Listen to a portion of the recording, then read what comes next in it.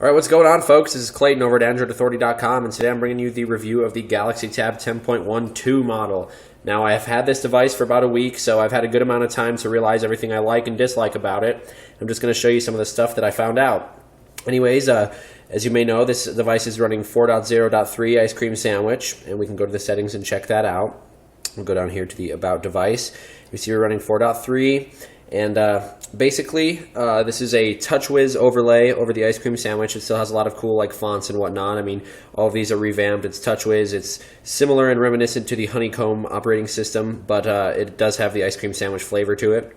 So basically, we're going here. You can see that on our TouchWiz, we have our TouchWiz menu where we can bring up all these little TouchWiz icons and stuff. We have our alarm, calculator, email, music player, S Planner, task manager, and world clock. But the cool thing about these is that when you select one, bring up the music player, it actually brings a floating window up, and we can actually continue to work and do whatever we're doing on our Galaxy Tab with this window kind of just levitating there. And so we can be playing songs and whatnot, and still do work, still surf the web, check our email, whatnot, and we can also expand these to their full application. So now we're in the full music player. Anyways, we can do that with any one of these things. The task manager is really like nifty to do because then you can kill your processes as you're working. Just go here and click End All. RAM manager, of course, this is reminiscent of the Honeycomb. Another cool thing is that when you take a screenshot with this device, immediately it brings you into the photo editing application. So almost like the functionality I may guess that we'll see on the Note 10.1 with minus the S Pen, we have the ability to kind of just like edit our videos. We circle that and underline stuff. You know, we can edit our photos.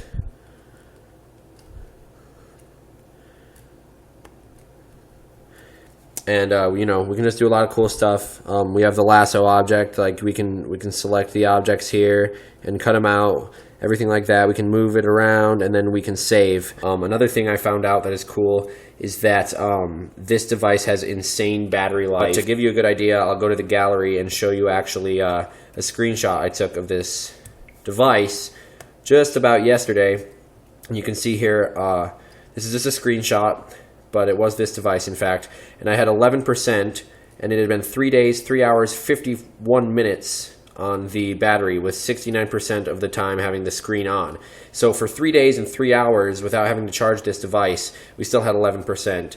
And I mean, I had my email pushing every 15 minutes. I had my Wi-Fi connected at least half the time. You know, I'm using a lot of media and a lot of data, and we still had a really good battery life. Now, that's definitely battery life that exceeds that of the Galaxy Tab 10.1 original model, so I'm very impressed with that.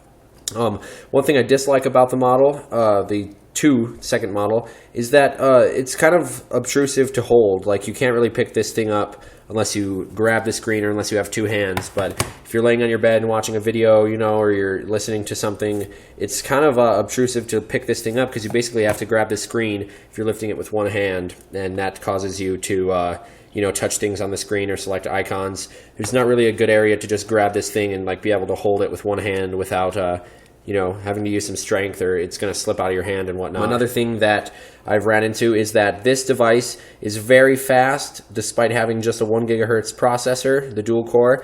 It still runs everything with great speed. You know, it's really buttery smooth. There's no lag, anything like that. It just runs it perfectly. And for those of you that are wanting to root your Galaxy Tab 2, there is already methods out to do that. As you see here, I've got the Super User installed, and the device is fully rooted. We can go to the root checker application, and I can in fact prove that this device is rooted. We've got a video on that here at AndroidAuthority.com. I'll just verify root access, and we have the device has root access. Congratulations. So that's great. I like that. You already have root methods for this device. We'll probably be seeing custom ROMs and whatnot come out soon. Now, another thing I dislike about the Galaxy Tab 10.12 is the stock music player. I think they did a better job with the Galaxy Tab 10.1 original. But hey, I mean, it's Android. You can get other music players off the market and whatnot. But if you're going to use this, you know, I would just be a little wary. It's got some bugs, but I'm sure there's going to be software updates here just in a little bit. You know, fix the bugs and whatnot. But let's say we're listening to music and we have it on shuffle. A lot of times it just brings us to like the same song over and over again, and you can't really like escape the good shuffle. I mean, it works all right. You can go back. It has like a nice user interface and whatnot. but I would suggest using like Google Play Music or something else besides the stock music player. Let's see, this comes with the Play Music. So, I mean, we've got everything that works here. And I have a lot of music on this. I've been testing it out. The speakers work great. Everything sounds nice.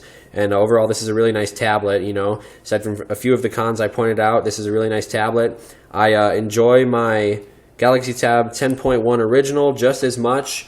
I think they made, you know, a few improvements on this. You know, of course, the operating system and the different design, the user interface, and TouchWiz. But I'm going to have to go ahead and say that whenever there's a custom ROM out for this, I would definitely get rid of the TouchWiz. It's just old. It doesn't really have that many improvements over the original Honeycomb that came on these tablets.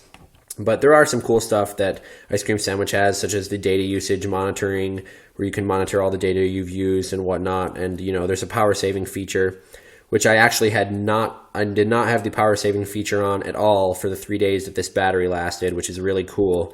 And of course, our developer options where we can choose to, you know, use hardware acceleration and stuff like that. And, you know, our show touches, screen updates, and pointer location. So anyways, guys, that was a quick review of the Galaxy Tab 10.12 a week after having this in my possession.